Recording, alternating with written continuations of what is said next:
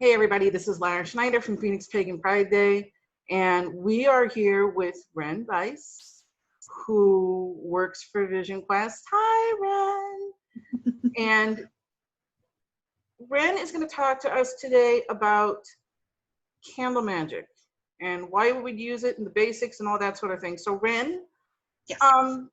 why don't you tell us first, what is candle magic? Candle magic is basically set up so that you have a focusing tool to help you manifest whatever spell or intention you might be casting. A lot of people find it's easier for them to tap into their power when they have something that they can focus their eyes on or do with their hands, and candles are a really great way to do that.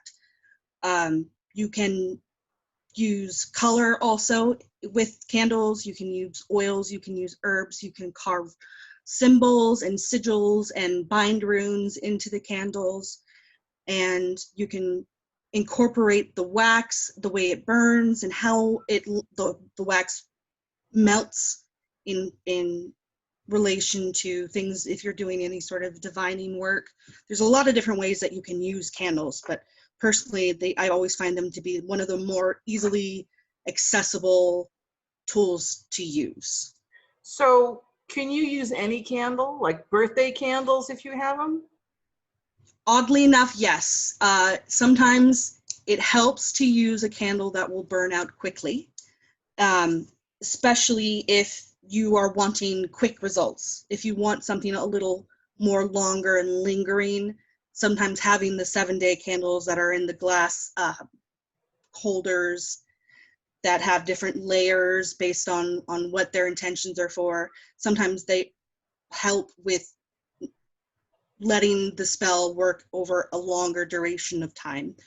And it depends on like the different types of waxes. Personally, I try to avoid paraffin whenever possible. Sometimes that's all you have available to you. But beeswax candles and soy and all the different types of waxes that you can use all have different properties to them and can help in their own unique ways. And the soot and the wax will all come out differently based on that. You can even use floating candles, which I find to be especially fun if I'm doing something like a jar spell, or if I'm taking a sacred bath, I'll put floating candles in the bath with me. Oh, just got to be a little careful sometimes. So you mentioned something about the wax melting a certain way. Can you use the wax to divine with? Yes, you can.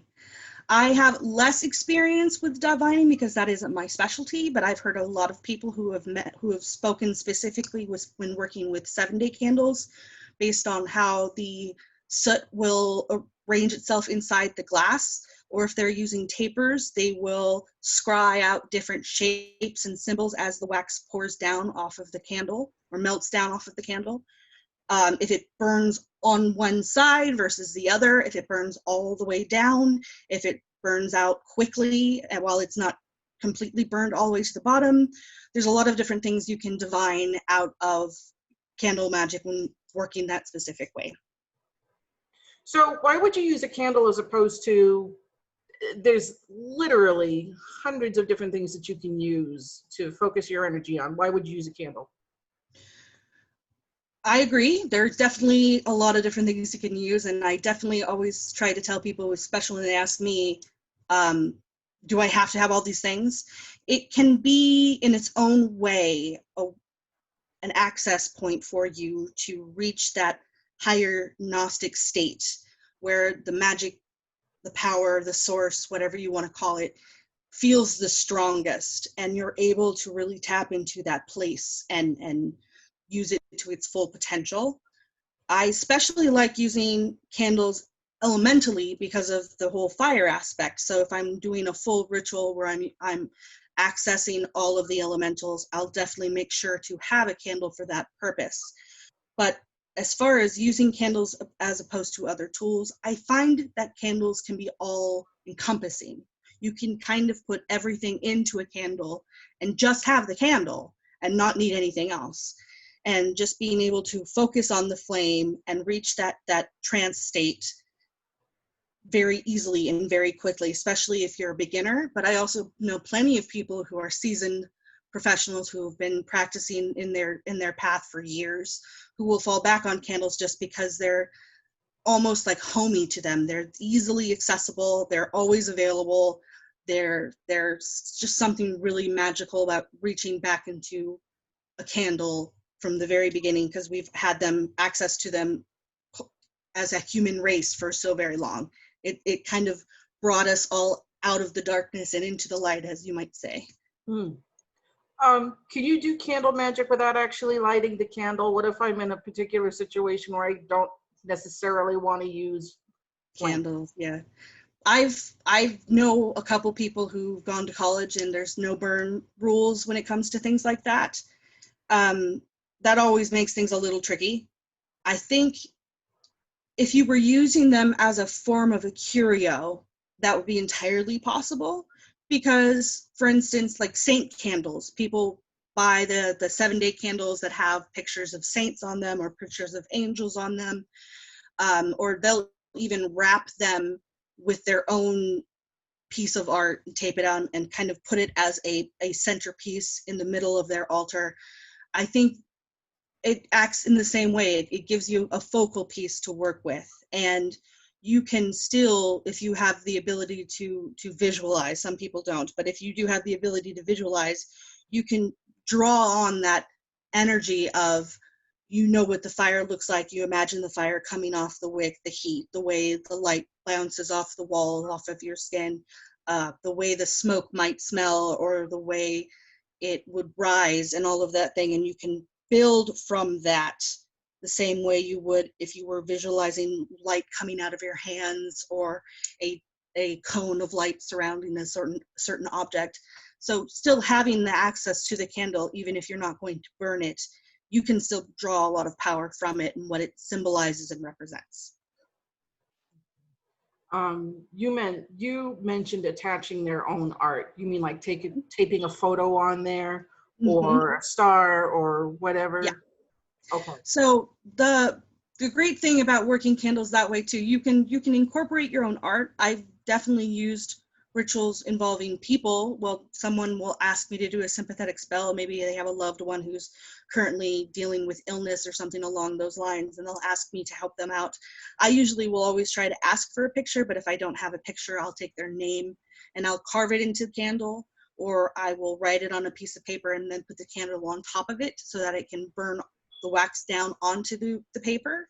Or if it's inside a glass container like the 7-day candles will be, I would tape it around the outside of the container, so that you're kind of adding a sort of tag lock to it. You're putting something with intent, and you're attaching its power to that candle as a representation point, so that you are taking that energy and you're focusing it into that sigil, that piece of art, that person's name, whatever the case may be.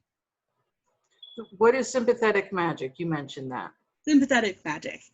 Any magic that you are doing to help another person, to aid another person, to assist in their achievement, someone who's not presently there with you. Sometimes you can do sympathetic magic with other people. There's plenty of prayer circles, as you might want to call them, of people coming together and working magic together for a common goal.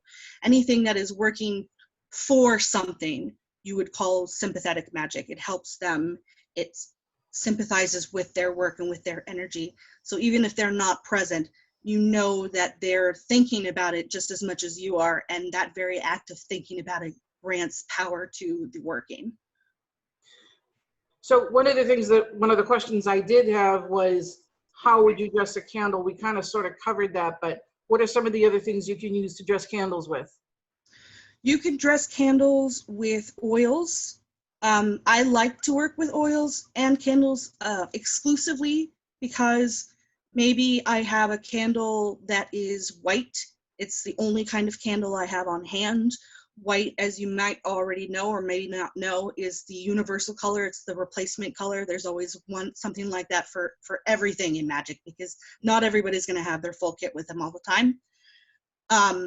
So I have a white candle and that's all I have in my house, but I have 3 or 4 different oils, anointing oils that might be charged for intent for specific things. Like maybe I have a prosperity oil, I have a bill that's due, I've been hustling, I've been doing all the work that I can in the physical realm, in the 3D, if you want to call it.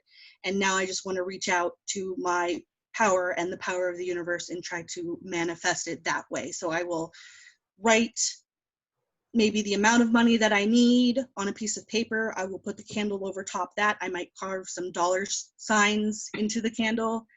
And then I would take anointing oil for prosperity, and I would, starting from the middle, drop a couple drops into my palm and then stroke the candle from the middle towards the top and towards the bottom, so that you're fully incorporating that oil into the candle, into any carvings you may have done, whatever. It's great too because it'll also imbue the candle with that scent, because a lot of these oils will have scent with them, especially oils like prosperity oils. They'll sometimes smell like patchouli, they'll sometimes smell like bay, a couple different oils specifically meant for that. So you'll get that scent even if the candle itself isn't a scented candle. So extra benefits there. Okay. Now, oils and herbs each have their own properties in of themselves, and they are also tied to astrological symbols. Yes. So you could, in theory, take an herb and an oil or one or the other and use that to your advantage with your sun sign, your star sign. Or even what those planets do. Like sometimes, like we all know that Venus, the planet Venus, is specifically for love-related actions. So you may get an herb that is aligned with Venus astrologically, and another herb or oil that is specifically tied to the person that you might be working for, trying to get their interest. Say your love interest is a Gemini, so you might get a Gemini-related oil or a Gemini-related herb, and then use the specifically an oil herb for love using Venus or even your own sign, and working them together harmoniously in allyship. You'll be able to work those more, I would say, successfully. You feel much more like you've put the work in when you're doing something with intent like that. Renn, this is super interesting. I'm gonna let you go with one final question.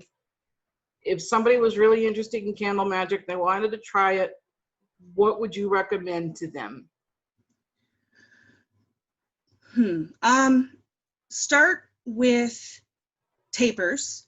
Tapers are the ones that are the easiest to get and most convenient in price. You'll see a lot of the votives and the Dollar Tree ones that are in the little tin containers. Those are fine too, but I especially like using tapers because then you can do the carvings in them if you wanted to do so. And the wax there tends to be more wax to work with when you work with a taper versus working with a votive or working with a candle inside glass. Always have white on hand. Like I mentioned before, white is the universal color for candle magic and colors specifically, the same way that clear quartz is for any crystal, rosemary is for any herb, that sort of thing. Have a couple on hand, have a couple different sizes on hand.